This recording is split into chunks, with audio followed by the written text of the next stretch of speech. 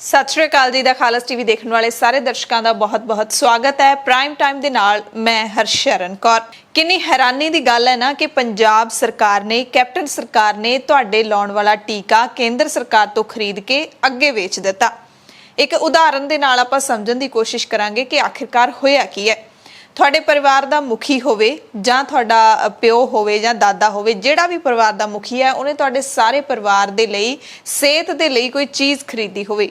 मान लो कोई दवाई खरीदी होवे, वो दवाई खरीदण तो बाद उहदे मन विच लालच आ जावे ते वो दवाई जिन्ने च खरीदी है उहदे नालों दुगणे जां तिगणे रेट ते वो तुहाडे गुआंढीआं नूं वेच देवे जां रिश्तेदारां नूं जां पिंड शहर च किसे नूं भी वेच देवे।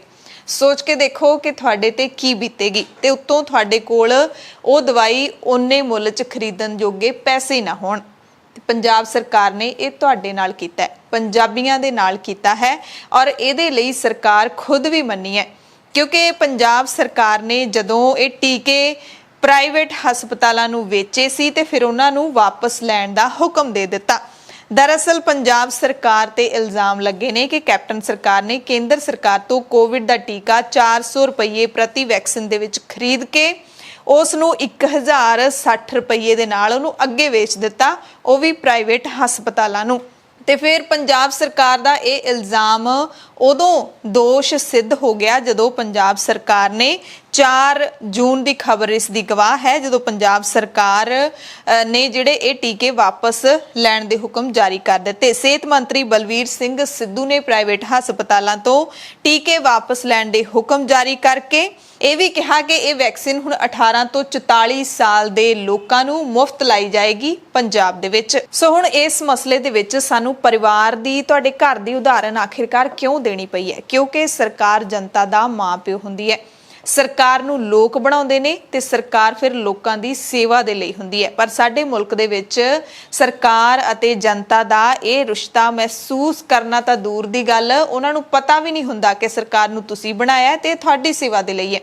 बल्कि उन्हां दे दिमाग दे विच लोकां दे दिमाग 'च ये बिठाया जांदा है कि तुसीं सानूं वोटां पाईआं ने ते असीं तुहाडे ते एहसान कर रहे हां। इस तरह दा माहौल है जिहड़ा वो साडे मुल्क दे विच है। इसे करके पंजाब दे लोकां नूं इस मसले दा शायद कोई बहुता फर्क नहीं पिया कि कैप्टन सरकार ने तुहाडे लगाया जाण वाला टीका केंद्र सरकार तो खरीद के प्राइवेट हस्पतालों नूं वेच दिता है। इत्थे एक कनैक्शन भी शो हुंदा है, एक कनैक्शन सिद्ध हुंदा है कि प्राइवेट हस्पतालों दे नाल सरकार दे उच्च पद्धर दे अहुदियां दे नाल किन्नी जिहड़ी आपसी मेल जोल होवेगा, किन्नी नेड़ता होवेगी कि इन्हां प्राइवेट हस्पतालों नूं टीका जिहड़ा वो दे दिता गया। हालांकि महंगे भाव ते दिता गया, पैसे कमाए ने, क्योंकि यह जदों अंकड़े देखदे आ गल हो रही है 42,000 टीकियां दी कि 42,000 टीके पंजाब सरकार ने इन्हां प्राइवेट हस्पतालों नूं वेचे ते जिहड़ा अंकड़ा है 400 च खरीद के 1060 रुपये च वेच देना ते जदों इहदा हिसाब किताब लाईदा तां इह करोड़ां दे विच बन जांदा है कि पंजाब सरकार ने यह टीका वेच के करोड़ां रुपये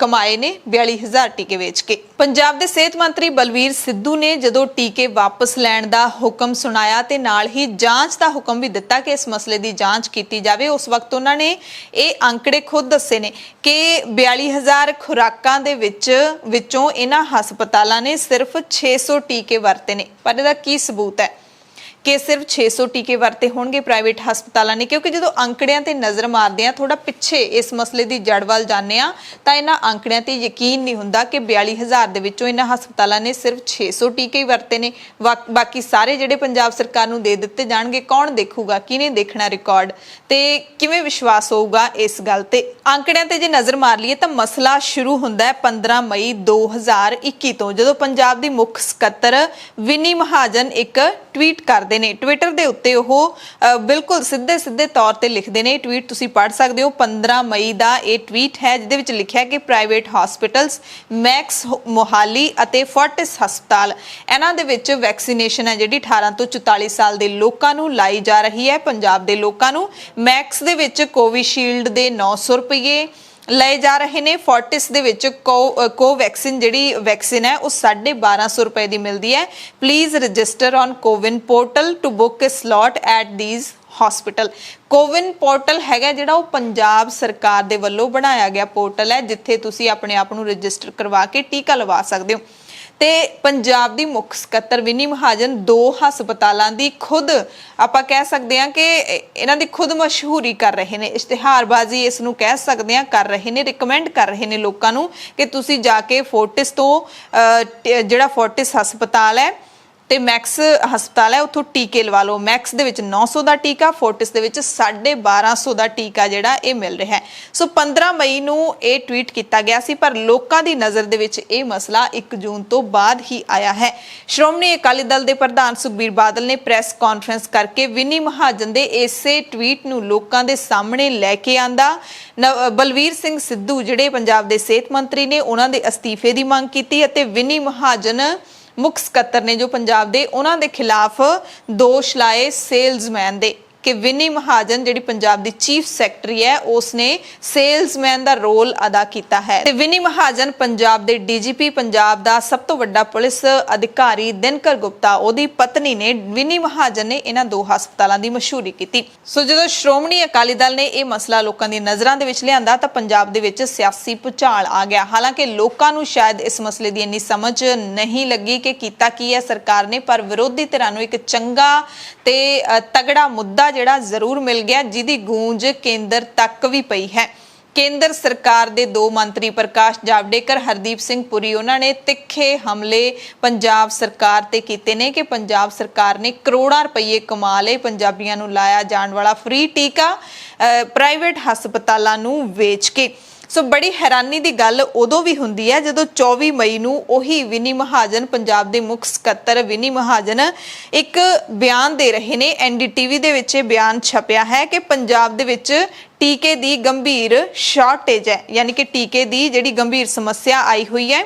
ਲਿਖਿਆ ਹੋਇਆ ਇਹਨਾਂ ਨੇ ਕਿ there is a very serious shortage of vaccines. Punjab has received less than 5 lakh doses. Vini Mahajan chief secretary Punjab ਇਹ ਕਹਿ ਰਹੇ ਨੇ ਕਿ ਪੰਜਾਬ 'ਚ ਗੰਭੀਰ ਸਮੱਸਿਆ ਬਣ ਗਈ ਹੈ। ਪੰਜਾਬ ਨੂੰ ਹਾਲੇ ਤੱਕ 5 ਲੱਖ ਤੋਂ ਵੀ ਘੱਟ ਵੈਕਸੀਨ ਨੇ ਜਿਹੜੀਆਂ ਉਹ ਮਿਲੀਆਂ ਨੇ। ਸੋ 15 ਮਈ ਨੂੰ ਇਹ 2 ਹਸਪਤਾਲਾਂ ਦੀ ਮਸ਼ਹੂਰੀ ਕਰਕੇ 24 ਮਈ ਨੂੰ ਇਹ ਕਹਿ ਰਹੇ ਨੇ ਤਾਂ ਇਹਦੇ ਤੋਂ ਤੁਸੀਂ ਕੀ ਸਮਝਦੇ ਹੋ? ਕੀ ਇਹਦੇ 'ਚ ਸਿਆਸਤ ਹੈ, ਬੇਈਮਾਨੀ ਹੈ ਜਾਂ ਫਿਰ ਦੋਹਰੇ ਮਾਪਦੰਡ ਨੇ? ਕੀ ਤੁਸੀਂ ਸਮਝੋਗੇ? ਕਿਉਂਕਿ ਇੱਕ ਸੂਬੇ ਦੀ ਮੁੱਖ ਸਕੱਤਰ ਬਹੁਤ ਵੱਡਾ ਅਹੁਦਾ ਹੁੰਦਾ ਹੈ, ਬਹੁਤ ਵੱਡੀ ਜ਼ਿੰਮੇਵਾਰੀ ਹੁੰਦੀ ਹੈ, ਉਹਨਾਂ ਦੇ ਵੱਲੋਂ ਇਹ ਕੀਤੇ ਜਾਣਾ ਸ਼ਰਮਨਾਕ ਕਿਹਾ ਜਾ ਰਿਹਾ ਹੈ ਵਿਰੋਧੀ ਪਾਰਟੀਆਂ ਦੇ ਵੱਲੋਂ। ਸੋ ਵਿਰੋਧੀ ਧਿਰਾਂ ਦੀ ਆਪਾਂ ਗੱਲ ਕਰ ਰਹੇ ਸੀ, ਵਿਰੋਧੀਆਂ ਨੂੰ ਇੱਕ ਬਾਵਾ ਤਗੜਾ ਜਿਹੜਾ ਮੁੱਦਾ ਜ਼ਰੂਰ ਮਿਲ ਗਿਆ ਹੈ ਕੈਪਟਨ ਸਰਕਾਰ ਨੂੰ ਘੇਰਨ ਦਾ, ਤੇ ਇਸ ਮੁੱਦੇ ਦਾ ਖੂਬ ਫਾਇਦਾ ਜਿਹੜਾ ਵਿਰੋਧੀ ਧਿਰਾਂ ਚੁੱਕ ਰਹੀਆਂ ਨੇ।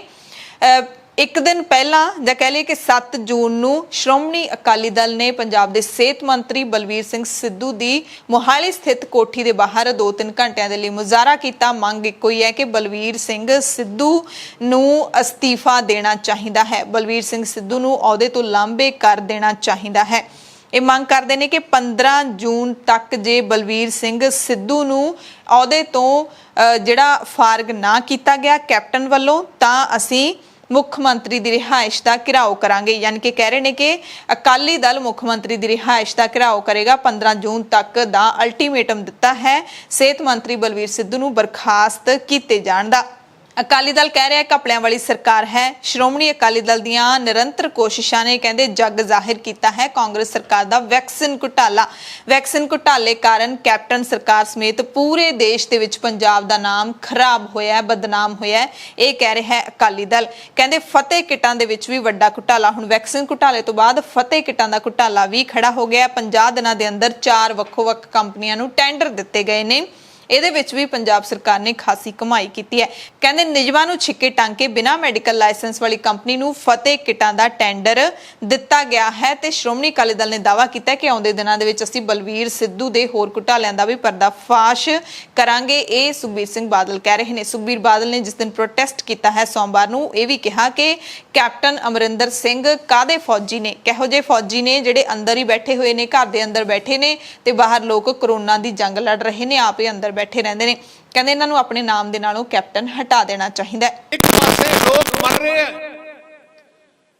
ਦੂਜੇ ਪਾਸੇ ਮੰਤਰੀ ਕੋ ਪਾਰਟੀ ਮੁੱਖ ਮੰਤਰੀ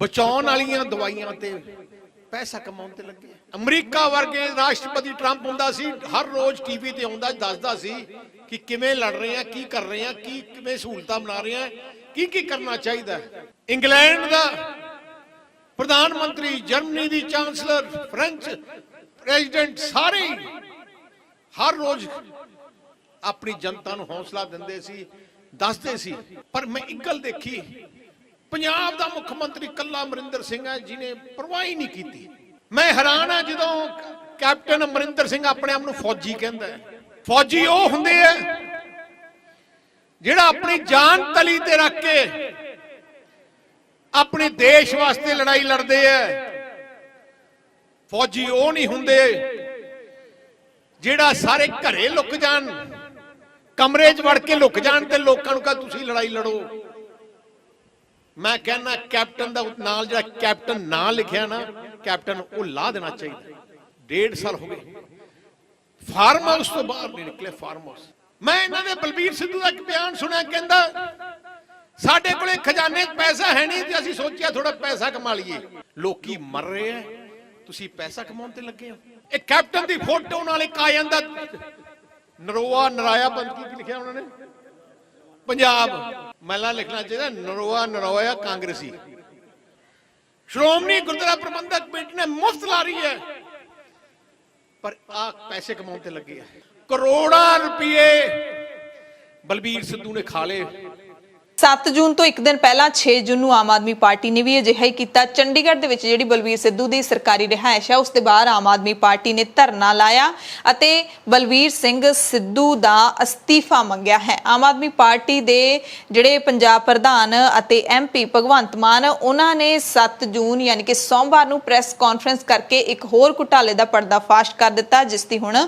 ਅਕਾਲੀ ਦਲ ਵੀ ਗੱਲ ਕਰ ਰਿਹਾ ਹੈ ਫਤਿਹ ਕਿੱਟਾਂ ਦੇ ਵਿੱਚ ਘੁਟਾਲਾ ਭਗਵੰਤ ਮਾਨ ਨੇ ਕਿਹਾ ਕਿ 887 ਰੁਪਏ ਵਾਲੀ ਜਿਹੜੀ ਕਿੱਟ ਹੈ ਉਹ ਪੰਜਾਬ ਸਰਕਾਰ ਨੇ 1338 ਰੁਪਏ 'ਚ ਖਰੀਦੀ ਹੈ ਯਾਨੀ ਕਿ ਕੰਪਨੀਆਂ ਨੂੰ ਉਹਨਾਂ ਨੂੰ ਟੈਂਡਰ ਦਿੱਤਾ ਗਿਆ ਹੈ ਜਿਹੜੀਆਂ ਇਹਨਾਂ ਦੀਆਂ ਆਪਦੀਆਂ ਨੇ ਮਿਲੀ ਭੁਗਤ ਹੈ 887 ਵਾਲੀ ਫਤਿਹ ਕਿੱਟ ਤੁਸੀਂ 1338 ਰੁਪਏ 'ਚ ਖਰੀਦ ਕੇ ਪੰਜਾਬ ਸਰਕਾਰ ਦੇ ਖਜ਼ਾਨੇ ਨੂੰ ਖੋਰਾ ਨਹੀਂ ਲਾ ਰਹੇ ਤਾਂ ਤੁਸੀਂ ਕੀ ਕਰ ਰਹੇ ਹੋ ਯਾਨੀ ਕਿ ਅੰਦਰ ਖਾਤੇ ਪੈਸੇ ਆਪ ਖਾ ਰਹੀ ਹੈ ਸਰਕਾਰ ਤੇ ਇਹ ਆਮ ਆਦਮੀ ਪਾਰਟੀ ਨੇ ਇਲਜ਼ਾਮ ਲਾਏ ਨੇ ਕਹਾਵਤ ਹੈ ਕਿ 7 ਘਰ ਤਾਂ ਡੈਣ ਵੀ ਛੱਡ ਦਿੰਦੀ ਹੈ ਸਰਕਾਰ ਪਰ ਕੋਈ ਘਰ ਛੱਡਣ ਨੂੰ ਤਿਆਰ ਨਹੀਂ ਪਹਿਲਾਂ ਵੈਕਸੀਨ ਜਿਹੜੀ ਕਿ 450 ਰੁਪਏ 'ਚ ਖਰੀਦ ਕੇ ਤੇ 1040 ਰੁਪਏ ਨੂੰ ਵੇਚੀ ਪ੍ਰਾਈਵੇਟ ਹਸਪਤਾਲਾਂ ਨੂੰ ਬਾਅਦ 'ਚ ਕਹਿੰਦੇ ਗਲਤੀ ਹੋ ਗਈ ਹੁਣ ਅਸੀਂ ਵਾਪਸ ਲਵਾਂਗੇ ਉਹਨਾਂ ਤੋਂ ਉਹਨਾਂ ਦੇ ਘਰ ਦੇ ਅੱਗੇ ਪ੍ਰਦਰਸ਼ਨ ਵੀ ਕੀਤਾ ਕੱਲ ਵੀ ਆਮ ਆਦਮੀ ਪਾਰਟੀ ਦੇ ਜੁਝਾਰੂ ਸਾਥੀਆਂ ਨੇ ਤੇ ਅਸਤੀਫੇ ਦੀ ਵੀ ਮੰਗ ਕਰਦੇ ਹਾਂ ਅਸੀਂ ਸਿਹਤ ਮੰਤਰੀ ਦੇ ਅਸਤੀਫੇ ਦੀ ਦੂਜੇ ਪਾਸੇ ਆ ਜਿਹੜੀ ਫਤਿਹ ਕਿੱਟ ਹੈ ਇਹਦੇ ਵਿੱਚੋਂ ਵੀ 837 ਤੋਂ ਸ਼ੁਰੂ ਹੋ ਕੇ ਤੇ 1338 ਤੱਕ ਚਲੇ ਗਏ ਉਹੀ ਫਤਿਹ ਕਿੱਟ ਹੈ ਔਰ 1.5 ਲੱਖ ਦੇ ਆਰਡਰ ਨੇ 1.5 ਲੱਖ ਫਤਿਹ ਕਿੱਟ ਇਹ ਤੋਂ ਲਵਾਂਗੇ 50,000 ਉੱਥੋਂ ਲਵਾਂਗੇ ਸੋ ਇਹ ਆਪਦੀਆਂ ਮਨਪਸੰਦ ਮੈਡੀਕਲ ਜਿਹੜੀਆਂ ਕੰਪਨੀਆਂ ਇੱਕ ਜਿਹੜੀ 20 ਅਪ੍ਰੈਲ ਵਾਲਾ ਜਿਹੜਾ ਟੈਂਡਰ ਹੈ 1226 ਰੁਪਏ ਵਾਲਾ 50,000 ਕਿੱਟ ਉਹਨਾਂ ਤੋਂ ਲਈ ਹੈ ਉਸ ਕੰਪਨੀ ਕੋਲ ਤਾਂ ਮੈਡੀਕਲ ਦਾ ਲਾਇਸੈਂਸ ਵੀ ਹੈ ਨਹੀਂ ਉਹਨਾਂ ਨੂੰ ਇਹ ਟੈਂਡਰ ਦਿੱਤਾ ਗਿਆ ਇਸ ਪੂਰੇ ਮਸਲੇ ਦਰਮਿਆਨ ਸਿਹਤ ਮੰਤਰੀ ਬਲਬੀਰ ਸਿੰਘ ਸਿੱਧੂ ਇਹ ਕਹਿ ਰਹੇ ਨੇ ਕਿ ਮੇਰਾ ਇਸ ਮਸਲੇ ਦੇ ਨਾਲ ਕੋਈ ਲੈਣਾ ਦੇਣਾ ਨਹੀਂ ਹੈ ਉਹ ਕਹਿੰਦੇ ਨੇ ਕਿ ਮੇਰੇ ਵਿਭਾਗ ਦੇ ਅੰਡਰ ਜਾਂ ਸਿੱਧਾ ਕਹਿ ਰਹੇ ਨੇ ਕਿ ਮੇਰੇ ਅੰਡਰ ਜਿਹੜਾ ਵੈਕਸੀਨ ਦੀ ਸਪਲਾਈ ਜਾਂ ਵੈਕਸੀਨ ਦੀ ਵੰਡ ਦਾ ਅਧਿਕਾਰ ਆਉਂਦਾ ਹੀ ਨਹੀਂ ਹੈ ਇਹ ਬਲਬੀਰ ਸਿੰਘ ਸਿੱਧੂ ਕਹਿ ਰਹੇ ਨੇ ਪਰ ਜਿਹੜੀਆਂ ਵਿਰੋਧੀ ਧਿਰਾਂ ਨੇ ਉਹ ਬਲਬੀਰ ਸਿੰਘ ਸਿੱਧੂ ਦੇ ਹੀ ਪਿੱਛੇ ਪਈਆਂ ਨੇ ਮੁੱਖ ਸਕੱਤਰ ਵਿਨੀ ਮਹਾਜਨ ਦਾ ਨਾਮ ਲਿਆ ਤਾਂ ਗਿਆ ਪਰ ਜਿੰਨਾ ਸਿਹਤ ਮੰਤਰੀ ਦਾ ਨਾਮ ਲਿਆ ਜਾ ਰਿਹਾ ਹੈ ਉਹਨਾਂ ਮੁੱਖ ਸਕੱਤਰ ਦਾ ਨਾਮ ਨਹੀਂ ਲਿਆ ਜਾ ਰਿਹਾ ਆਖਿਰ ਇਹਦੇ ਪਿੱਛੇ ਕਿਹੜੀ ਸਿਆਸੀ ਜਿਹੜੀ ਹੈ ਉਹ ਸਾਜ਼ਿਸ਼ ਹੋ ਸਕਦੀ ਹੈ ਜਾਂ ਫਿਰ ਸਿਆਸੀ ਬੇਈਮਾਨੀ ਹੋ ਸਕਦੀ ਹੈ ਇਹ ਸ਼ਾਇਦ ਸਿਆਸਤਦਾਨ ਹੀ ਸਮਝ ਸਕਦੇ ਨੇ ਕਿਉਂਕਿ ਬਲਬੀਰ ਸਿੱਧੂ ਵਾਰ-ਵਾਰ ਮੀਡੀਆ ਦੇ ਮੂਹਰੇ ਆ ਕੇ ਕਹਿ ਚੁੱਕੇ ਨੇ ਕਿਉਂਕਿ ਬਲਬੀਰ ਸਿੰਘ ਸਿੱਧੂ ਵਾਰ-ਵਾਰ ਮੀਡੀਆ ਦੇ ਮੂਹਰੇ ਆ ਕੇ ਇਹ ਕਹਿ ਚੁੱਕੇ ਨੇ ਕਿ ਮੇਰਾ ਇਸ ਮਸਲੇ ਦੇ ਨਾਲ ਕੋਈ ਲੈਣਾ ਦੇਣਾ ਨਹੀਂ ਹੈ ਮੇਰੇ ਅਧਿਕਾਰ ਖੇਤਰ ਦੇ ਵਿੱਚ ਹੀ ਨਹੀਂ ਹੈ ਮੈਨੂੰ ਇਹ ਪਾਵਰ ਨਹੀਂ ਹੈ ਕਿ ਮੈਂ ਵੈਕਸੀਨ ਦੀ ਸਪਲਾਈ ਕਰ ਸਕਾਂ ਵੈਕਸੀਨ ਖਰੀਦ ਸਕਾਂ ਜਾਂ ਫਿਰ ਵੈਕਸੀਨ ਨੂੰ ਅੱਗੇ ਵੇਚ ਸਕਾਂ ਉਸ ਦੀ ਵੰਡ ਕਰ ਸਕਾਂ ਕੋਈ ਮੇਰੇ ਅਧਿਕਾਰ ਖੇਤਰ 'ਚ ਨਹੀਂ ਆਉਂਦਾ ਸਬੂਤ ਇੱਥੋਂ ਵੀ ਮਿਲਦਾ ਹੈ ਜਦੋਂ ਸਿੱਧੂ ਕਹਿ ਰਹੇ ਨੇ ਕਿ ਜਿਹੜੇ ਦੋਸ਼ੀ ਨੇ ਉਹਨਾਂ ਦਾ ਨਾਮ ਸਾਹਮਣੇ ਆਉਣਾ ਚਾਹੀਦਾ, ਜਗ ਜ਼ਾਹਿਰ ਹੋਣੇ ਚਾਹੀਦੇ ਨੇ ਤੇ ਉਹ ਇਸ ਮਸਲੇ ਦੀ ਜਾਂਚ ਦਾ ਵੀ ਹੁਕਮ ਦਿੰਦੇ ਨੇ। ਪਰ ਇਹ ਜਾਂਚ ਕੌਣ ਕਰੂਗਾ, ਕਿਹਦੇ ਖਿਲਾਫ ਹੋਏਗੀ, ਕਦੋਂ ਮੁਕੰਮਲ ਹੋਏਗੀ, ਕਿਸ ਨੂੰ ਇਹ ਜਾਂਚ ਸੌਂਪੀ ਗਈ ਹੈ, ਕੁਝ ਪਤਾ ਨਹੀਂ। ਸਭ ਕੁਝ ਬਿਆਨਾਂ ਦੇ ਵਿੱਚ ਹੀ ਹੈ ਜਿਹੜਾ ਉਹ ਦਿਖਾਈ ਦੇ ਰਿਹਾ ਹੈ। ਵੈਕਸੀਨ ਘੁਟਾਲੇ ਦੇ ਵਿੱਚ ਲੋਕਾਂ ਦੀ ਜੇ ਗੱਲ ਕਰ ਲਈਏ, ਹੁਣ ਤੱਕ ਗੱਲ ਕੀਤੀ ਹੈ ਸਰਕਾਰ ਨੇ ਕੀਤਾ ਕੀ ਹੈ, ਪਰ ਸਰਕਾਰ ਦੇ ਇਸ ਕਦਮ ਦੇ ਨਾਲ ਆਖਿਰਕਾਰ ਲੋਕਾਂ ਨੂੰ ਕੀ ਨੁਕਸਾਨ ਹੋਇਆ, ਲੋਕਾਂ ਦੇ ਲਈ ਇਹ ਸਰਕਾਰ ਦਾ ਸੌਦਾ ਕਿੰਨਾ ਕੁ ਗੰਭੀਰ ਸੀ, ਕਿੰਨਾ ਕੁ ਉਹਨਾਂ ਨੂੰ ਨੁਕਸਾਨ ਹੋਇਆ, ਇਸ ਬਾਰੇ ਆਪਾਂ ਜੇ ਕਿਸੇ ਡਾਕਟਰ ਨਾਲ ਹੀ ਗੱਲ ਕਰੀਏ ਤਾਂ ਹੀ ਸ਼ਾਇਦ ਬਿਹਤਰ ਜਾਣ ਪਾਵਾਂਗੇ ਕਿ ਆਖਿਰਕਾਰ ਇਹਦੇ ਨਾਲ ਕੀ ਫਰਕ ਪਿਆ ਹੈ ਪੰਜਾਬੀਆਂ ਨੂੰ। ਪੰਜਾਬ ਦੇ 3 ਸਰਕਾਰੀ ਮੈਡੀਕਲ ਕਾਲਜ ਨੇ, ਤਿੰਨਾਂ ਵਿੱਚੋਂ ਇੱਕ ਹੈ ਸਰਕਾਰੀ ਰਜਿੰਦਰਾ ਕਾਲਜ ਪਟਿਆਲਾ, ਜਿੱਥੋਂ ਦੇ ਬੱਚਿਆਂ ਦੇ ਰੋਗਾਂ ਦੇ ਮਾਹਿਰ ਡਾਕਟਰ ਹਰਸ਼ਿੰਦਰ ਕੌਰ ਨੇ, ਜਿਹੜੇ ਕਿ ਸਮਾਜ ਸੇਵੀ ਵੀ ਨੇ। ਉਹਨਾਂ ਨੇ ਇੱਕ ਫਾਊਂਡੇਸ਼ਨ ਬੱਚਿਆਂ ਦੀ ਭਲਾਈ ਦੇ ਲਈ ਚਲਾਈ ਹੋਈ ਹੈ ਤੇ ਰਜਿੰਦਰਾ ਹਸਪਤਾਲ ਦੇ ਵਿੱਚ ਉਹਨਾਂ ਨੇ ਪਾਣੀ ਦਾ ਜਿਹੜਾ ਪ੍ਰਬੰਧ ਆਪਣੇ ਟਰਸਟ ਵੱਲੋਂ ਕੀਤਾ ਹੈ। ਡਾਕਟਰ ਹਰਸ਼ਿੰਦਰ ਕੌਰ ਨਾਲ ਆਪਾਂ ਗੱਲਬਾਤ ਕਰਕੇ ਜਾਣਦੇ ਹਾਂ ਕਿ ਪੂਰਾ ਮਸਲਾ ਹੈ ਕੀ ਤੇ ਕਿੱਧਰ ਨੂੰ ਜਾਂਦੀ ਹੈ ਇਹ ਗੱਲ। ਸੋ ਟੀਕੇ ਵੇਚਣ ਦੇ ਇਸ ਮਸਲੇ ਦੇ ਉੱਤੇ ਡਾਕਟਰ ਹਰਸ਼ਿੰਦਰ ਕੌਰ ਬੱਚਿਆਂ ਦੇ ਰੋਗਾਂ ਦੇ ਮਾਹਿਰ ਨੇ, ਰਜਿੰਦਰਾ ਹਸਪਤਾਲ ਪਟਿਆਲਾ ਜਿਹੜਾ ਕਿ ਪੰਜਾਬ ਦੇ 3 ਮੈਡੀਕਲ ਕਾਲਜਾਂ ਦੇ ਵਿੱਚੋਂ ਇੱਕ ਹੈ, ਉੱਥੇ ਸੇਵਾਵਾਂ ਦੇ ਰਹੇ ਨੇ, ਉਹ ਸਾਡੇ ਨਾਲ ਜੁੜ ਚੁੱਕੇ ਨੇ। ਇਸ ਮਸਲੇ ਤੇ ਉਹਨਾਂ ਨਾਲ ਗੱਲਬਾਤ ਕਰਾਂਗੇ। ਡਾਕਟਰ ਹਰਸ਼ਿੰਦਰ ਕੌਰ ਜੀ, ਬਹੁਤ-ਬਹੁਤ ਸਵਾਗਤ ਹੈ ਦਾ ਖਾਲਸ ਟੀਵੀ ਤੇ। ਸਤਿ ਸ਼੍ਰੀ ਅਕਾਲ ਜੀ, ਤੇ ਤੁਹਾਡੇ ਰਾਹੀਂ ਜਿੰਨੇ ਵੀ ਸੁਣ ਰਹੇ ਨੇ ਸਾਰਿਆਂ ਨੂੰ ਬਹੁਤ ਨਿੱਘੀ ਫਤਿਹ। ਸੋ ਡਾਕਟਰ ਸਾਹਿਬ, ਜਿਹੜਾ ਇਹ ਟੀਕੇ ਵੇਚਣ ਦਾ ਮਸਲਾ ਹੈ, ਬਹੁਤ ਹੀ ਗੰਭੀਰ ਤੇ ਵੱਡਾ ਇਲਜ਼ਾਮ ਹੈ ਜਿਹੜਾ ਉਹ ਮੰਨਿਆ ਜਾ ਰਿਹਾ ਹੈ ਵਿਰੋਧੀ ਪਾਰਟੀਆਂ ਦੇ ਵੱਲੋਂ। ਤੁਸੀਂ ਇੱਕ ਡਾਕਟਰ ਹੋ ਤੇ ਤੁਸੀਂ ਸਰਕਾਰੀ ਮੈਡੀਕਲ ਕਾਲਜ ਦੇ ਵਿੱਚ ਸੇਵਾਵਾਂ ਦੇ ਰਹੇ ਹੋ।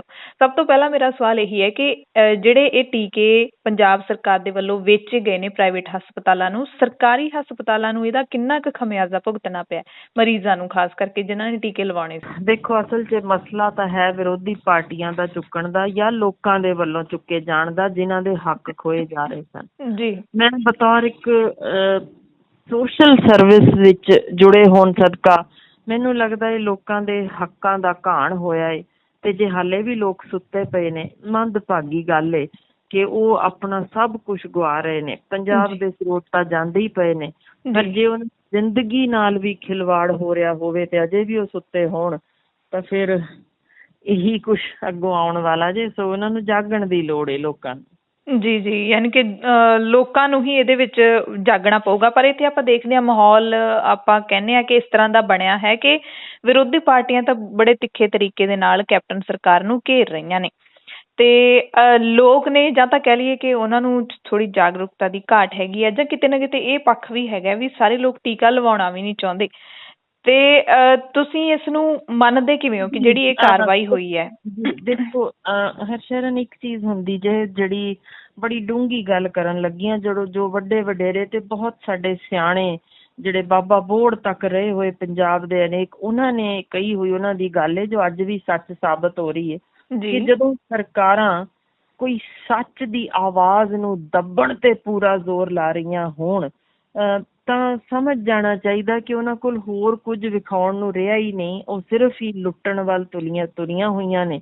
ਤੇ ਜਦੋਂ ਗੱਲ ਪੰਜਾਬ ਦੇ ਸਰੋਤਾਂ ਦੀ ਹੋਵੇ ਤੇ ਫਿਰ ਲੋਕ ਚੁੱਪ ਰਹਿ ਜਾਣ ਤਾਂ ਦੋ ਹੀ ਕਾਰਨ ਹੈ, ਜਾਂ ਤਾਂ ਉਹ ਡਰ ਚੁੱਕੇ ਨੇ, ਇੰਨੇ ਡਰ ਚੁੱਕੇ ਨੇ, ਜ਼ਮੀਰ ਮਰ ਚੁੱਕੇ ਨੇ ਕਿ ਉਹ ਬੋਲਣ ਜੋਗੇ ਰਹੇ ਹੀ ਨਹੀਂ ਤੇ ਉਹਨਾਂ ਦੇ ਹਿੱਸੇ ਇਹੀ ਆਉਣਾ ਜੇ।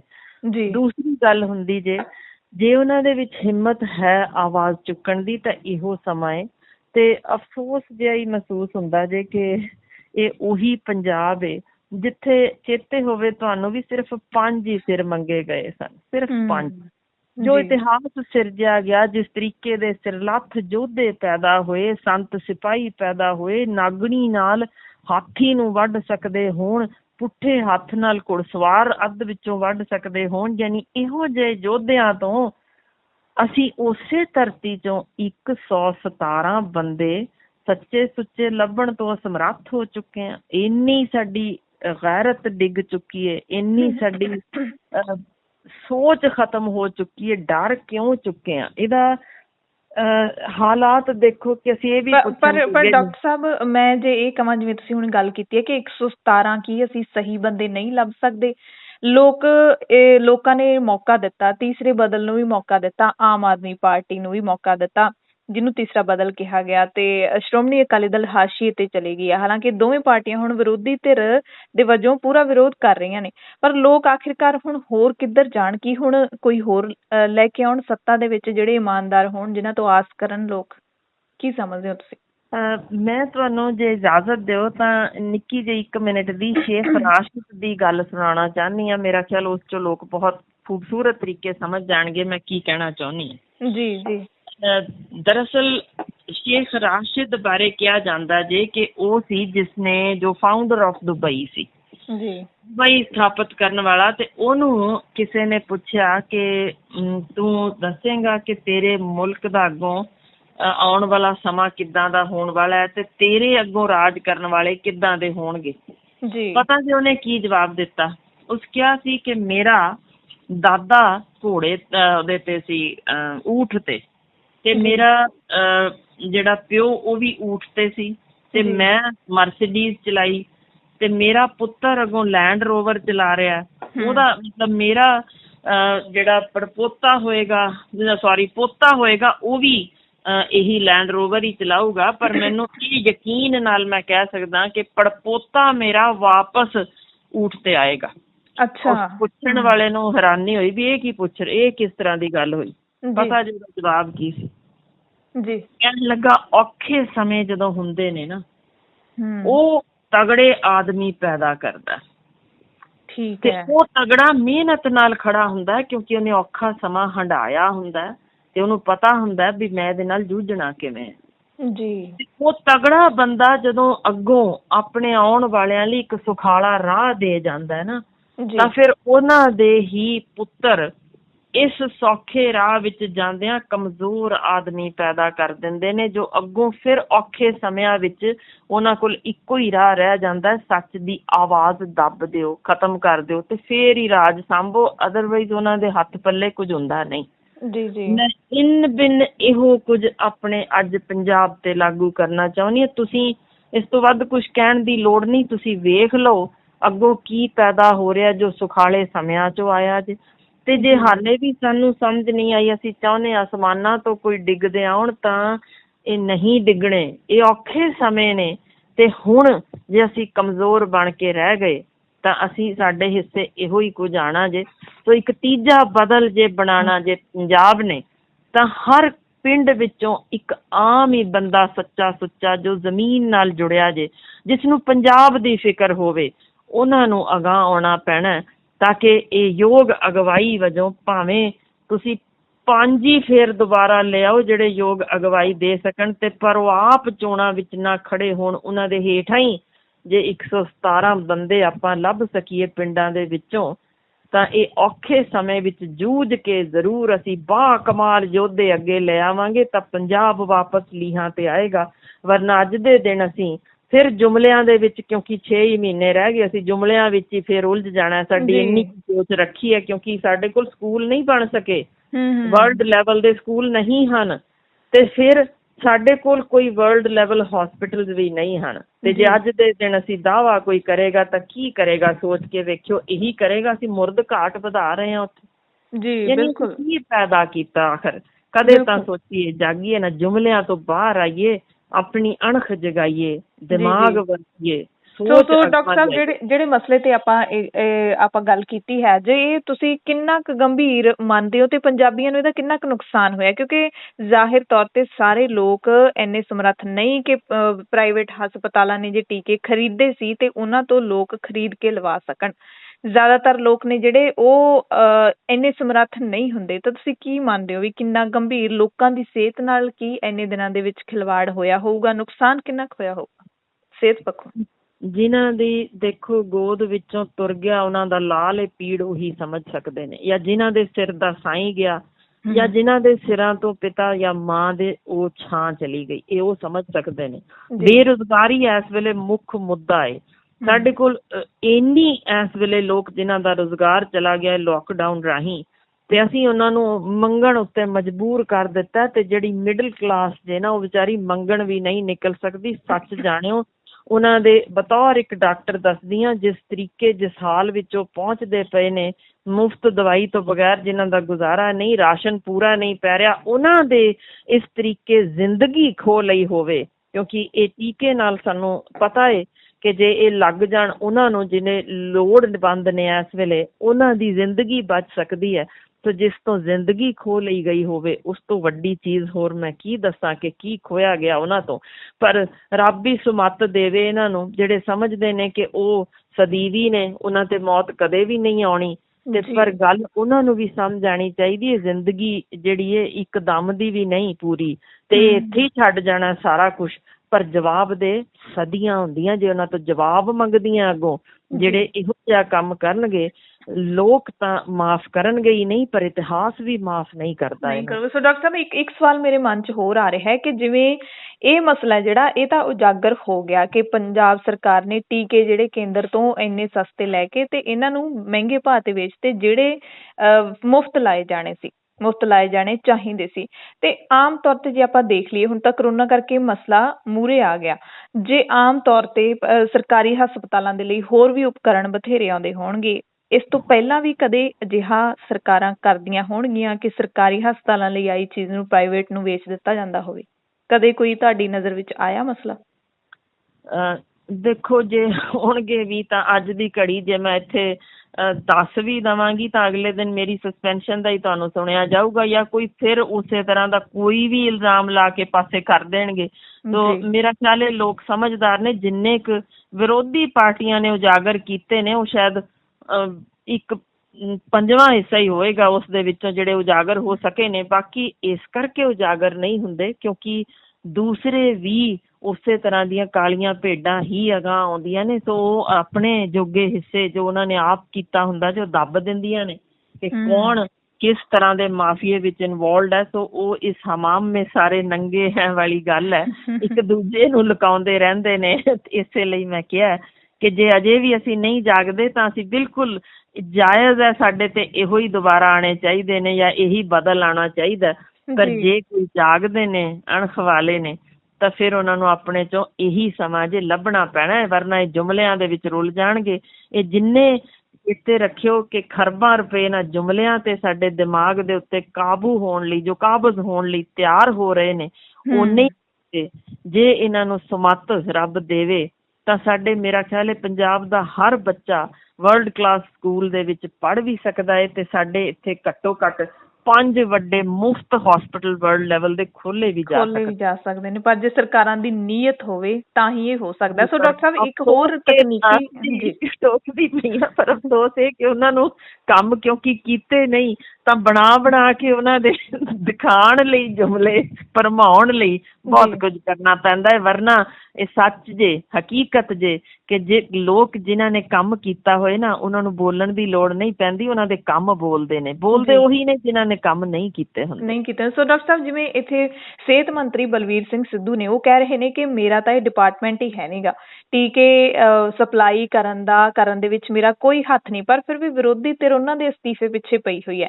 ਦਰਅਸਲ ਇਹ ਡੀਲ ਹੈ ਜਿਹੜੀ ਤਕਨੀਕੀ ਤੌਰ ਤੇ ਕਿਹਨੇ ਕੀਤੀ ਹਸਪਤਾਲਾਂ ਦੇ ਨਾਲ? ਮੈਨੂੰ ਹਰਸ਼ਰਨ ਜੀ ਇਸ ਪੱਧਰ ਦਾ ਵਿਚਕਾਰਲਾ ਤਾਂ ਕੁਝ ਵੀ ਨਹੀਂ ਸਮਝ ਹੋਣੀ। ਪਰ ਜੇ ਬਲਬੀਰ ਸਿੱਧੂ ਜੀ ਇੰਨੀ ਸਪਸ਼ਟ ਗੱਲ ਕਰ ਹੀ ਰਹੇ ਨੇ ਕਿ ਉਹ ਵਿੱਚ ਇਨਵੋਲਵਡ ਨਹੀਂ, ਤਾਂ ਫਿਰ ਆਪਾਂ ਨੂੰ ਸਮਝ ਆ ਸਕਦੀ ਹੈ ਕਿ ਉੱਪਰਲੀ ਪੱਧਰ ਤੇ ਹੀ ਕੁਛ ਹੋਇਆ ਹੋਏਗਾ। ਪਰ ਉਹਨਾਂ ਦਾ ਹੀ ਕਿਹਾ ਮੈਨੂੰ ਲੱਗਦਾ ਇਸ ਵੇਲੇ ਸਾਨੂੰ ਮੰਨਣਾ ਪਏਗਾ, ਹੋਰ ਕੋਈ ਚਾਰਾ ਨਹੀਂ। ਕਿਉਂਕਿ ਮੈਂ ਉਸ ਪਾਸੇ ਦੇ ਹਿੱਸੇ ਵਿੱਚ ਪਰ ਜੇ ਆਪਾਂ ਆਮ ਤੌਰ ਤੇ ਜਾਣ ਲਈਏ, ਟੀਕਿਆਂ ਦਾ ਜਿਹੜਾ ਡਿਪਾਰਟਮੈਂਟ ਹੈ, ਜਿਵੇਂ ਸਰਕਾਰੀ ਹਸਪਤਾਲ ਵੀ ਡੀਲ ਕਰਦੇ ਨੇ, ਤਾਂ ਇਹ ਕੌਣ ਹੁੰਦਾ ਡੀਲ ਕਰਨ ਵਾਲਾ ਅਧਿਕਾਰੀ? ਥੱਲੜੇ ਅਧਿਕਾਰੀ ਹੁੰਦੇ ਨੇ, ਸਿਹਤ ਮੰਤਰੀ? ਜੇ ਨਹੀਂ ਹੁੰਦੇ ਤਾਂ ਕੌਣ ਹੁੰਦਾ? ਸਿਹਤ ਮੰਤਰੀ ਤੋਂ ਉੱਪਰ ਵੀ ਬਹੁਤ ਚੀਜ਼ਾਂ ਹੁੰਦੀਆਂ ਨੇ ਜਿਹੜੀਆਂ ਉੱਪਰ ਹੀ ਆਉਂਦੀਆਂ ਨੇ। ਤੇ ਜਿਹੜੇ ਮੇਰਾ ਖਿਆਲ ਹੈ ਬਹੁਤੇ ਪਤਾ, ਜੇ ਤੁਸੀਂ ਆਪ ਮੀਡੀਆ 'ਚ ਹੁੰਦੇ ਹੋ, ਕਿ ਕਿਸ ਪੱਧਰ ਤੇ ਕਿੰਨਾ ਇਸ 'ਚ ਫਾਈਨੈਂਸ ਇਨਵੋਲਵਡ ਹੈ। ਕਿਉਂਕਿ ਸਾਡੇ ਜਿੰਨੇ ਵੀ ਬਾਹਰ ਗਏ ਨੇ ਪੈਸੇ ਲੈ ਕੇ, ਸਾਨੂੰ ਸਮਝ ਹੈ ਕਿ ਉਹ ਬਹੁਤ ਉੱਚੇ ਤੱਕ ਹੱਥ ਹੀ ਹੁੰਦਾ। ਜੇ ਹੇਠਲੀ ਪੱਧਰ ਵਾਲਿਆਂ ਨੂੰ ਤਾਂ ਆਭਾਸ ਹੀ ਨਹੀਂ ਹੁੰਦਾ ਹੋਇਆ ਕੀ ਤੇ ਕਿਸ ਲੈਵਲ ਤੇ ਹੋਇਆ। ਇਹ ਚੀਜ਼ਾਂ ਬਿਲਕੁਲ ਲੋਕ ਸਮਝ, ਤੁਸੀਂ ਜਿਸ ਤਰੀਕੇ ਨਾਲ ਦੱਸਿਆ ਹੈ ਤਾਂ ਹੋ ਸਕਦਾ ਹੈ ਕਿ ਉਸ ਤੋਂ ਵੀ ਉੱਪਰਲੇ, ਕਿਉਂਕਿ ਸਿਹਤ ਮੰਤਰੀ ਖੁਦ ਮੰਤਰੀ ਨੇ, ਇੱਕ ਕੈਬਨਿਟ ਮਿਨਿਸਟਰ ਨੇ, ਤੇ ਉਸ ਤੋਂ ਉੱਪਰ ਕਿਹੜੇ ਅਹੁਦੇ ਆਉਂਦੇ ਨੇ ਤੇ ਉਹ ਲੋਕ ਸ਼ਾਇਦ ਆਪ ਸਮਝਦੇ ਨੇ। ਪਰ ਵਿਰੋਧੀ ਧਿਰਾਂ ਵੀ, ਫਿਰ ਤੁਹਾਨੂੰ ਲੱਗਦਾ ਵੀ ਵਿਰੋਧੀ ਧਿਰਾਂ ਵੀ ਇੱਥੇ ਸਿਆਸਤ ਹੀ ਕਰ ਰਹੀਆਂ ਨੇ? ਉਹ ਸਿਹਤ ਮੰਤਰੀ ਦੇ ਪਿੱਛੇ ਪਈਆਂ ਹੋਈਆਂ ਨੇ, ਉਹ ਵਾਰ-ਵਾਰ ਕਹਿ ਚੁੱਕੇ ਨੇ ਕਿ ਮੈਂ ਜਾਂਚ ਦਾ ਆਰਡਰ ਵੀ ਦੇ ਚੁੱਕਿਆ। ਮੇਰਾ ਖਿਆਲ ਹੈ ਲੋਕਾਂ ਨੂੰ ਝਾਕਣਾ ਚਾਹੀਦਾ ਹੈ ਵੀ ਕੀ ਉਸ ਤੋਂ ਉੱਪਰਲੀ ਪੱਧਰ ਤੇ ਆਪੋ ਵਿੱਚ ਕੋਈ ਭਿੜੰਤ ਹੋਈ ਹੈ। ਜੇ ਨਹੀਂ ਤਾਂ ਫਿਰ ਹੋ ਸਕਦਾ ਉੱਪਰਲੀ ਪੱਧਰ ਤੇ ਕੋਈ ਹੋਰ ਕਿਸਮ ਦੀ ਸੌਦੇਬਾਜ਼ੀ ਹੁੰਦੀ ਹੋਵੇ, ਜਿੱਥੇ ਇੱਕ ਦੂਜੇ ਨੂੰ ਢਕਣ ਦੀ ਕੋਸ਼ਿਸ਼ ਕੀਤੀ ਜਾਂਦੀ ਹੋਵੇ। ਇਹ ਵੀ ਲੋਕ ਹੀ ਵੱਧ ਸਮਝਦੇ ਨੇ, ਜਾਂ ਤੁਸੀਂ ਮੀਡੀਆ 'ਚੋਂ ਜ਼ਿਆਦਾ ਵਧੀਆ ਤਰੀਕੇ ਉਜਾਗਰ ਕਰ ਸਕਦੇ ਹੋ। ਜੀ ਜੀ, ਡਾਕਟਰ ਸਾਹਿਬ ਬਹੁਤ ਬਹੁਤ ਧੰਨਵਾਦ ਗੱਲਬਾਤ ਕਰਨ ਦੇ ਲਈ। ਸੋ ਡਾਕਟਰ ਹਰਸ਼ਿੰਦਰ ਕੌਰ ਨੂੰ ਆਪਾਂ ਸੁਣਿਆ, ਉਹ ਇਸ ਮਸਲੇ ਦਾ ਹੱਲ ਇਹੀ ਦੱਸਦੇ ਨੇ ਕਿ ਜਿੰਨਾ ਚਿਰ ਤੱਕ ਸਹੀ ਲੋਕਾਂ ਦੇ ਹੱਥ ਵਿੱਚ ਪਾਵਰ ਨਹੀਂ ਆਉਂਦੀ, ਪੰਜਾਬ ਦੀ ਜਿਹੜੀ ਵਾਗਡੋਰ ਹੈ ਸਹੀ ਲੋਕਾਂ ਦੇ ਹੱਥ ਵਿੱਚ ਨਹੀਂ ਆਉਂਦੀ, ਉਹਨਾਂ ਚਿਰ ਲੋਕਾਂ ਦੇ ਇਹਨਾਂ ਮਸਲਿਆਂ ਦਾ ਹੱਲ ਹੋਣਾ ਅਸੰਭਵ ਹੈ। ਇੱਥੇ ਬੇਈਮਾਨ ਲੋਕ ਜਿੰਨਾ ਚਿਰ ਕੁਰਸੀਆਂ ਸਾਂਭ ਕੇ ਬੈਠੇ ਰਹਿਣਗੇ, ਲੋਕਾਂ ਦੇ ਨਾਲ ਅਜਿਹੇ ਧੋਖੇ ਹੁੰਦੇ ਰਹਿਣਗੇ। ਸੋ ਪ੍ਰਾਈਮ ਟਾਈਮ ਦੇ ਵਿੱਚ ਕੁਝ ਸਵਾਲ ਆਪਾਂ ਜ਼ਰੂਰ ਛੱਡ ਕੇ ਜਾਵਾਂਗੇ ਇਸ ਪੂਰੇ ਮਸਲੇ ਦੇ ਵਿੱਚ। ਵੈਕਸੀਨ ਦਾ ਘੁਟਾਲਾ ਹੈ, ਵੱਡਾ ਘੁਟਾਲਾ ਹੈ, ਸਰਕਾਰ ਇਸ ਨੂੰ ਮੰਨੀ ਵੀ ਹੈ ਕਿ ਅਸੀਂ ਵੈਕਸੀਨ ਵੇਚੀ ਸੀ, ਭਾਵੇਂ ਕਿ ਇਹ ਵੀ ਕਹਿ ਰਹੇ ਨੇ ਬਲਵੀਰ ਸਿੱਧੂ ਕਿ ਜਿਹੜੀਆਂ ਵਿਰੋਧੀ ਧਿਰਾਂ ਨੇ, ਅਕਾਲੀ ਦਲ ਤੇ ਆਮ ਆਦਮੀ ਪਾਰਟੀ, ਇਹਨਾਂ ਨੂੰ ਜਾ ਕੇ ਪ੍ਰਧਾਨ ਮੰਤਰੀ ਮੋਦੀ ਦਾ ਘਰ ਘੇਰਨਾ ਚਾਹੀਦਾ। ਪ੍ਰਧਾਨ ਮੰਤਰੀ ਮੋਦੀ ਹਾਲਾਂਕਿ ਐਲਾਨ ਕਰ ਚੁੱਕੇ ਨੇ ਕਿ ਅਸੀਂ ਹੁਣ ਸਭ ਨੂੰ ਵੈਕਸੀਨ ਮੁਫਤ ਦੇਵਾਂਗੇ, ਭਾਵੇਂ ਕਿ ਸੁਪਰੀਮ ਕੋਰਟ ਦੇ ਦਬਾਅ ਤੋਂ ਬਾਅਦ ਉਹਨਾਂ ਨੇ ਐਲਾਨ ਕੀਤਾ ਹੈ। ਪਰ ਸਿੱਧੂ ਕਹਿ ਰਹੇ ਨੇ ਕਿ ਉਹਨਾਂ ਦੇ ਘਰ ਦੇ ਬਾਹਰ ਜਾ ਕੇ ਤੁਹਾਨੂੰ ਪ੍ਰੋਟੈਸਟ ਕਰਨਾ ਚਾਹੀਦਾ, ਪਰ ਉੱਥੇ ਜਾ ਕੇ ਪ੍ਰੋਟੈਸਟ ਕਰਨ ਦੀ ਤੁਹਾਡੇ 'ਚ ਹਿੰਮਤ ਹੀ ਨਹੀਂ ਹੈਗੀ। ਤੁਹਾਡੀ ਕਹਿੰਦੇ ਦੋਵਾਂ ਪਾਰਟੀਆਂ ਦੀ ਮਿਲੀ ਭੁਗਤ ਹੈਗੀ ਹੈ, ਤੁਸੀਂ ਰਲ ਮਿਲ ਕੇ ਜਿਹੜਾ ਹੈਗਾ ਕਾਂਗਰਸ ਪਾਰਟੀ ਤੇ ਨਿਸ਼ਾਨੇ ਸਾਧ ਰਹੇ ਹੋ, ਜਿੱਥੇ ਜਾਣਾ ਚਾਹੀਦਾ ਉੱਥੇ ਜਾ ਨਹੀਂ ਰਹੇ। ਇਹ ਕਹਿ ਕੇ ਆਪਣਾ ਪਿੱਛਾ ਛਡਾਉਣ ਦੀ ਕੋਸ਼ਿਸ਼ ਕਰ ਰਹੇ ਨੇ, ਪਰ ਸਵਾਲ ਉੱਠਦੇ ਨੇ। ਸਭ ਤੋਂ ਪਹਿਲਾ ਸਵਾਲ ਇਹ ਉੱਠਦਾ ਹੈ ਕਿ ਆਖਿਰਕਾਰ ਇਹ ਸੌਦੇਬਾਜ਼ੀ ਕਰੋਨਾ ਦੇ ਇਸ ਟਾਈਮ ਦੇ ਵਿੱਚ ਕਿਹਨੂੰ ਸੁੱਝੀ? ਜੇ ਬਲਵੀਰ ਸਿੰਘ ਸਿੱਧੂ ਕਹਿ ਰਹੇ ਨੇ ਕਿ ਮੇਰੇ ਅਧਿਕਾਰ ਖੇਤਰ ਦੇ ਵਿੱਚ ਨਹੀਂ ਹੈ, ਇੱਕ ਮੰਤਰੀ ਇਹ ਕਹਿ ਰਿਹਾ ਹੈ, ਜਿਹੜਾ ਸਿਹਤ ਮਹਿਕਮੇ ਦਾ ਮੰਤਰੀ ਹੈ, ਉਹ ਕਹਿ ਰਿਹਾ ਹੋਵੇ ਕਿ ਮੇਰੇ ਅਧਿਕਾਰ ਖੇਤਰ 'ਚ ਨਹੀਂ ਹੈ, ਤਾਂ ਸਿਹਤ ਮੰਤਰੀ ਤੋਂ ਉੱਤੇ ਆਖਿਰਕਾਰ ਹੈ ਕੌਣ ਜਿਸਨੇ ਇਹ ਸੌਦੇਬਾਜ਼ੀ ਕੀਤੀ, ਜਿਸਨੇ ਕਰੋੜਾਂ ਰੁਪਏ ਕਮਾਏ? ਜਿਹੜੇ ਕਰੋੜਾਂ ਰੁਪਏ ਕਮਾਏ ਉਹ ਕਿਹਦੇ ਖਾਤੇ ਵਿੱਚ ਗਏ? ਕੀ ਉਹ ਪੰਜਾਬ ਦੇ ਸਰਕਾਰੀ ਖਜ਼ਾਨੇ ਦੇ ਵਿੱਚ ਗਏ ਜਾਂ ਫਿਰ ਅੰਦਰ ਖਾਤੇ ਕਿਸੇ ਨੇ ਹੜੱਪ ਲਏ? ਕੀ ਇਸ ਦੀ ਕਦੇ ਜਾਂਚ ਹੋਵੇਗੀ? ਕਰੋਨਾ ਦੇ ਸਮੇਂ ਇੱਕ ਪਾਸੇ ਜਿੱਥੇ ਟੀਕਾ ਹੈ ਨਹੀਂ ਦਾ ਰੌਲਾ ਪਾਉਂਦੀ ਹੈ ਸਰਕਾਰ, ਕਿੰਨੇ ਦਿਨਾਂ ਤੋਂ ਪਾ ਰਹੀ ਹੈ, ਉੱਥੇ ਟੀਕਾ ਪ੍ਰਾਈਵੇਟ ਹਸਪਤਾਲਾਂ ਨੂੰ ਵੇਚ ਕੇ ਮੁਨਾਫਾ ਕਮਾਇਆ ਜਾ ਰਿਹਾ ਹੈ। ਆਖਿਰਕਾਰ ਇਹ ਕਿਸ ਨੇ ਕੀਤਾ? ਪਿੰਡਾਂ ਵਾਲਿਆਂ ਨੂੰ ਕੈਪਟਨ ਅਮਰਿੰਦਰ ਸਿੰਘ ਇੱਕ ਪੇਸ਼ਕਸ਼ ਕਰ ਰਹੇ ਨੇ ਕਿ ਜਿਹੜਾ ਵੀ ਪਿੰਡ 100% ਲੋਕਾਂ ਨੂੰ ਟੀਕਾ ਲਵਾਏਗਾ, 18 ਤੋਂ ਉੱਪਰ ਦੀ ਉਮਰ ਦੇ ਸਾਰੇ ਲੋਕਾਂ ਨੂੰ, ਉਹਨੂੰ ਮੈਂ 10 ਲੱਖ ਦੀ ਗ੍ਰਾਂਟ ਦਿਆਂਗਾ। ਪਰ ਉੱਤੋਂ ਟੀਕੇ ਵੇਚੇ ਜਾ ਰਹੇ ਨੇ। ਕੀ ਪਿੰਡਾਂ ਦੇ ਲੋਕ 900 ਰੁਪਏ ਜਾਂ ਫਿਰ 1250 ਰੁਪਏ ਦਾ ਟੀਕਾ ਲਵਾਉਣ ਜਾਣਗੇ? ਪਿੰਡਾਂ ਦੇ ਵਿੱਚ ਇਹੋ ਜਿਹੇ ਹਾਲਾਤ ਹੁੰਦੇ ਨੇ ਸਾਰਿਆਂ ਦੇ ਕਿ ਸਾਰੇ ਇੰਨਾ ਮਹਿੰਗਾ ਟੀਕਾ ਲਵਾ ਲੈਣਗੇ? ਆਖਿਰਕਾਰ ਇਹ ਦੋਗਲੀਆਂ ਗੱਲਾਂ ਕਿਉਂ ਕੀਤੀਆਂ ਜਾ ਰਹੀਆਂ ਨੇ? ਜੇ ਸਿੱਧੂ ਕਹਿ ਰਹੇ ਨੇ ਕਿ ਮੇਰੇ ਹੱਥ 'ਚ ਪਾਵਰ ਹੀ ਨਹੀਂ, ਤਾਂ ਸਪਲਾਈ ਦੀ ਪਾਵਰ ਹੈ ਜਿਹੜੀ ਉਹ ਕਿਹਦੇ ਹੱਥ ਵਿੱਚ ਹੈ? ਉੱਪਰਲੀਆਂ ਦੀ ਗੱਲ ਹੋ ਰਹੀ ਹੈ। ਡਾਕਟਰ ਹਰਸ਼ਿੰਦਰ ਕੌਰ ਨੇ ਵੀ ਕਿਹਾ ਕਿ ਸਿੱਧੂ ਤੋਂ ਉੱਪਰ ਵੀ ਕੋਈ ਹੋ ਸਕਦਾ ਹੈ। ਉੱਪਰ ਕੌਣ ਹੋ ਸਕਦਾ ਹੈ? ਮੁੱਖ ਸਕੱਤਰ ਜਾਂ ਫਿਰ ਮੁੱਖ ਮੰਤਰੀ? ਇਸ ਦੀ ਜਾਂਚ ਕੌਣ ਕਰੂਗਾ? ਸਵਾਲ ਤਾਂ ਵੱਡੇ ਉੱਠ ਰਹੇ ਨੇ। ਵੋਟਾਂ ਵੀ ਆਉਣ ਵਾਲੀਆਂ ਨੇ 2022 ਦੇ ਵਿੱਚ, ਤੇ ਲੋਕ ਇਹਨਾਂ ਲੀਡਰਾਂ ਨੇ ਕਨਫਿਊਜ਼ ਕਰ ਰੱਖੇ ਨੇ ਕਿ ਆਖਿਰਕਾਰ ਪਾਰਟੀ ਕਿਹੜੀ ਚੰਗੀ ਹੈ, ਲੀਡਰ ਕਿਹੜਾ ਚੰਗਾ ਹੈ। ਹੁਣ ਲੋਕ ਕਿਸ ਨੂੰ ਚੁਣਨ, ਇਹ ਲੋਕਾਂ ਨੂੰ ਨਹੀਂ ਪਤਾ ਲੱਗ ਰਿਹਾ। ਧੰਨਵਾਦ।